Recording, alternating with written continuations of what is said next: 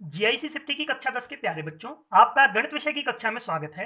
प्यारे बच्चों, आज हम समांतर श्रेणी के nवें पद के सूत्र अर्थात an बराबर a प्लस n माइनस एक गुणा डी के अनुप्रयोगों पर आधारित कुछ उदाहरणों को हल करेंगे। हमारा आज का प्रथम उदाहरण इस प्रकार है।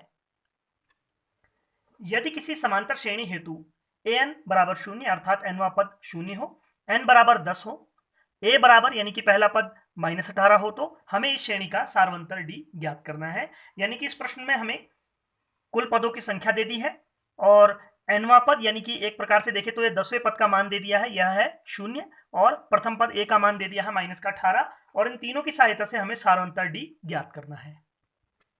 प्यारे बच्चों, हम जानते हैं कि किसी समांतर श्रेणी के nवें पद अर्थात an का मान होता है a प्लस n माइनस एक गुणा d, अर्थात किसी समांतर श्रेणी के nवें पद का मान 3 कारकों पर निर्भर करता है। अर्थात यह निर्भर करता है कुल पदों की संख्या n पर, प्रथम पद a पर तथा सारवंतर d पर। यानी कि अगर हम देखें तो an 3 चीजों पर निर्भर करता है। पहली चीज तो a के मान पर निर्भर करता है, दूसरा यह निर्भर करता है सारवंतर d के मान पर, और तीसरा यह निर्भर करता है कुल पदों की संख्या n पर। अब यदि हम अपने इस सूत्र का अवलोकन करें तो यहाँ पर हमें n का मान दिया है, a का मान दिया है और an का मान दिया है, किंतु d का मान हमें ज्ञात करना है। तो यदि हम इस सूत्र में इस प्रश्न में an का सूत्र लगाकर उस सूत्र में an, n और a का मान लगाएं तो हमें d का मान ज्ञात हो जाएगा। अतः इस प्रश्न को हल करने के लिए हम समांतर श्रेणी के nवें पद के सूत्र an को लिखेंगे और उसमें an, n तथा a के दिए गए मानों को प्रतिस्थापित कर देंगे। तो सर्वप्रथम इस प्रश्न को हल करने के लिए हम an का सूत्र लिख देते हैं, लेकिन उससे पूर्व प्रश्न में जो जो मान हमें दिए गए थे हमने उन्हें इस प्रकार लिख लिया। यहाँ समांतर श्रेणी का पहला पद a था -18, n था 10 और nवां पद an का मान दिया था 0।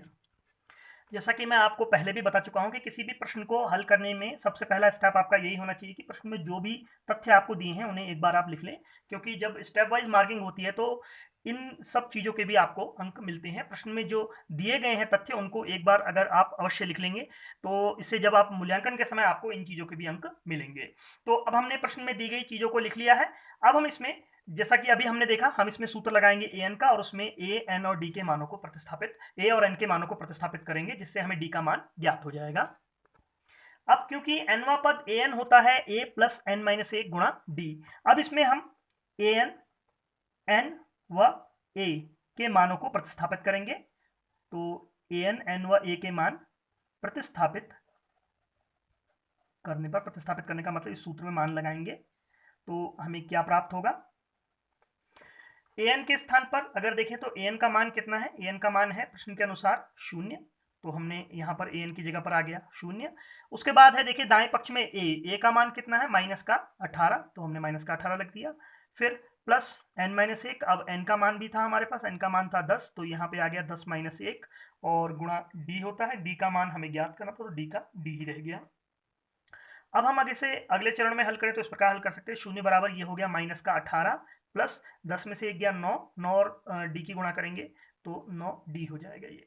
अब ये जो -18 इसे हम पक्षांतरित करेंगे बाएं पक्ष में, और जब इसे पक्षांतरित करेंगे तो ये जो -18 है, जब ये पक्षांतरित होगा तो उसका चिन्ह बदल जाएगा, वहां जाके हो जाएगा ये, जुड़ जाएगा ये, तो ये हो गया 0 + 18 बराबर 9d, केवल 9d रह गया। तो इसे इस प्रकार लिख सकते हैं 18 बराबर 9d, या 9 को जब प्रतिस्थापित करेंगे तो अभी ये 9 जो d जो है, ये इसका अर्थ है 9 गुणा d, यानी कि जो 9 है संख्या यह d के साथ गुणा में लगी हुई है। जब इसको प्रतिस्थापित करेंगे तो यह भाग में यानी कि बटे में आ जाएगी, तो d का मान हो गया 18/9 या d का मान हो गया 2। तो इस प्रकार जो श्रेणी हमें दी गई है उसका हमें सारवंतर ज्ञात करना था, और उसके सारवंतर का मान हमने ज्ञात कर दिया है और मान है 2। आइए अब अपने दूसरे प्रश्न की ओर चलते हैं।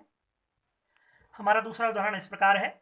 यदि किसी समांतर श्रेणी हेतु प्रथम पद a का मान -18.9 हो, सारवंतर d 2.5 तथा nवें पद का मान अर्थात an 3.6 हो, तो हमें समांतर श्रेणी में पदों की संख्या n ज्ञात करनी है।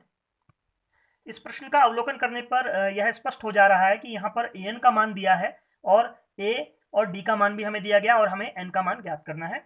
अब हम जानते हैं कि an का मान निर्भर करता है a, n और d के मान पर, और हमें an का मान और इन दोनों ए और डी का मान दे रखा है, और ये तीसरे जो इनसे एन से संबंधित जो 3 कारक होते हैं ए, एन और डी, उनमें से 2 कारक हमें दे रखे हैं और तीसरे कारक का मान हमसे पूछा जा रहा है। तो हम इस प्रश्न को हल करने के लिए ए एन का सूत्र लिखेंगे और उसमें ए, डी और ए एन के मान प्रतिस्थापित करेंगे, जिससे हमें एन का मान ज्ञात हो जाएगा। अब इस प्रश्न को हल करने के लिए सर्वप्रथम हम जो प्रश्न में हमें दिए गए तथ्य उनको लिख लेते हैं। यहां प्रथम पद ए का मान था माइनस का 18.9, सार्वंतर डी का मान था 2.5 तथा एनवें पद ए एन का मान दिया गया है 3.6। हम जानते हैं कि किसी समांतर श्रेणी के एनवें पद का सूत्र अर्थात ए एन का सूत्र निम्नवत होता है। ए एन बराबर होता है ए प्लस एन माइनस 1 गुणा डी। अतः ए, डी तथा ए एन के मान प्रतिस्थापित करने पर अर्थात इस सूत्र में रखने पर हमें प्राप्त होगा, ए एन के स्थान पर रखेंगे तो ए एन के स्थान पर कितना आ जाएगा 3.6 बराबर ए के स्थान पर है माइनस का 18.9, एन माइनस 1 अभी वैसा ही रहा और डी के स्थान पर आ गया कितना 2.5। ठीक है, यहाँ पर बीच में प्लस है। अब जब इसे हम हल करेंगे तो सर्वप्रथम ये जो माइनस का 18.9 है इसे पक्षांतरित करके हम ले आएंगे बाएं पक्ष में, तो हमें प्राप्त होगा 3.6 और प्लस 18.9। ये माइनस 18.9 था, पक्षांतर जो हमने किया तो ये जुड़ गया यहाँ पर बाएं पक्ष में आके और बराबर हो गया कितना n माइनस 1 और गुणा है 2 गुणा में है 2.5। अब जब इनको हम हल करेंगे तो हमें कितना मिलेगा, इसे दशमलव दोनों में दशमलव है तो इन दोनों दशमलव संख्याओं को हम जोड़ेंगे, कितना हो जाएगा 6 और 9 15 का 5 और हासिल आया 1 और 18 3 21 और 1 22, यानी कि हमें प्राप्त हो गया 22.5 और बराबर है कितना n माइनस 1 गुणा 2.5। अब हम सर्वप्रथम ये जो 2.5 है इसे भी पक्षांतरित कर लेते हैं हल करने के लिए, तो 22.5 और बटे में कितना आ गया 2.5 और बराबर हो गया n माइनस 1। अगर हम इसे देखें तो यहाँ पर दशमलव के बाद एक एक अंक है, देखिए अंश में भी दशमलव के बाद एक अंक है और हर में भी दशमलव के बाद एक ही अंक है, तो हम इन दोनों को हटा सकते हैं। दशमलव की स्थिति एक जैसी है दोनों संख्याओं में, भाज्य में भी और भाजक में भी, तो चाहे तो हम इस दशमलव दोनों जगह के दशमलव को हटा सकते हैं। तो 25 हो गया हर में और 225 हो गया अंश में, और हम जानते हैं कि 25 का पहाड़ा 225 में आने तक पड़े तो 25 नेमा 225 होता है, तो ये 9 बार भाग चला गया। तो इस प्रकार हमें n माइनस 1 का मान प्राप्त हो गया 9, जिससे पक्षांतरण के उपरांत हमें मान प्राप्त हो गया n का, जो कि है 9 प्लस 1 यानी कि 10। इस प्रकार इस श्रेणी में पदों की कुल संख्या 10 होगी। आइए अब हम अपने अगले प्रश्न की ओर चलते हैं। हमारे अगले प्रश्न में हमें ज्ञात करना है कि समांतर श्रेणी 3, 8, 13, 18 एंड सो ऑन का कौन सा पद 78 है, अर्थात हमें इस श्रेणी में 78 जिस स्थान पे आ रहा होगा वह क्रमांक ज्ञात करना है। प्यारे बच्चों, इस प्रश्न को हल करने के लिए सबसे पहले तो हम दी गई श्रेणी को लिख लेते हैं, दी गई समांतर श्रेणी को लिख लेंगे तथा इस दी गई श्रेणी की सहायता से प्रथम पद ए तथा सार्वंतर डी के मान ज्ञात कर लेंगे। तो सबसे पहले हम लिख लेंगे दी गई श्रेणी। तो दी गई समांतर श्रेणी यानी कि अरिथमेटिक प्रोग्रेशन, जिसे एपी कहते हैं संक्षेप में, वह क्या है, वह है 3, 8, 13, 18 एंड सो ऑन। इसका अर्थ होता है ये डैश डैश लगे होते हैं, इसका अर्थ है कि बहुत सारे पद हैं, इसमें असंख्य पद हैं। अब इस श्रेणी का अगर हम अवलोकन करें तो हमें स्पष्ट रूप से देख सकते हैं कि यहाँ पहला पद ए क्या हो जाएगा, इस श्रेणी का पहला पद हो जाएगा 3, इसलिए ए का मान हो गया 3। इसी प्रकार अगर हम सार्वंतर की बात करें तो सार्वंतर जिसे कि हम डी से प्रदर्शित करते हैं, उसे ज्ञात करने के लिए किसी भी पद में से उससे पूर्व पद को हम घटाते हैं। तो यहाँ पर हम दूसरे पद 8 में से पहला पद 3 घटा लेंगे, तो 8 में से 3 गया, कितना आ गया 5, इसलिए श्रेणी का सार्वंतर डी हो गया 5। तो ए और डी हमने ज्ञात कर लिया।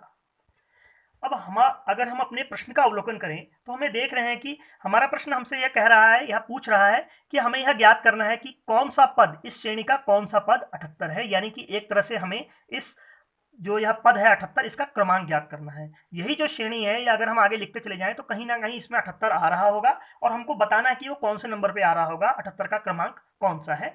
तो हम मान लेंगे कि ये जो 78 है यह इस श्रेणी में nवें नंबर पे आ रहा होगा, या ऐसा कह सकते हैं कि माना 78 इस श्रेणी का nवां पद है। तो अब इसे हम इस प्रकार लिख सकते हैं, हमने लिखा कि माना श्रेणी का nवां पद 78 है। ऐसा क्यों लिखा, क्योंकि प्रश्न हमसे यह पूछ रहा है कि इस श्रेणी का कौन सा पद 78 है, यानी कि हमसे संख्या 78 जो कि इस श्रेणी में कहीं आ रही होगी उसका क्रमांक पूछा जा रहा है। तो हमने मान लिया कि यह जो 78 है यह श्रेणी में nवें स्थान पर आ रहा होगा, अर्थात माना श्रेणी का nवां पद 78 है।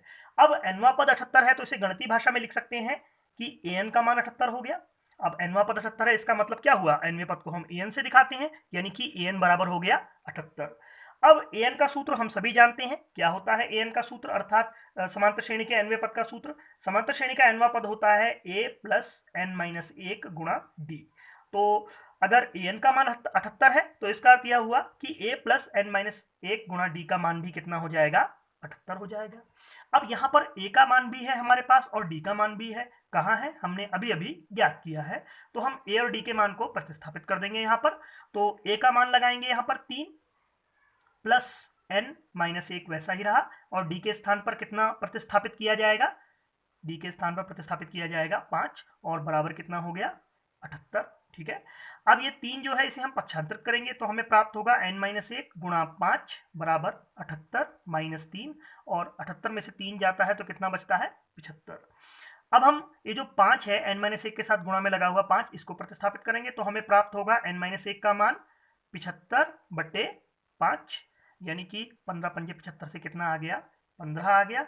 अब क्योंकि n-1 का मान 15 है इसलिए n का मान कितना हो जाएगा, अब इस एक को प्रतिस्थापित करेंगे हम तो ये एक जो है अभी बाएं पक्ष में ये घट रहा था, दाएं पक्ष में जाके ये जुड़ जाएगा पक्षांतरण के उपरांत, तो n का मान हो गया 16। अर्थात हम कह सकते हैं कि श्रेणी का 16वां पद 78 है।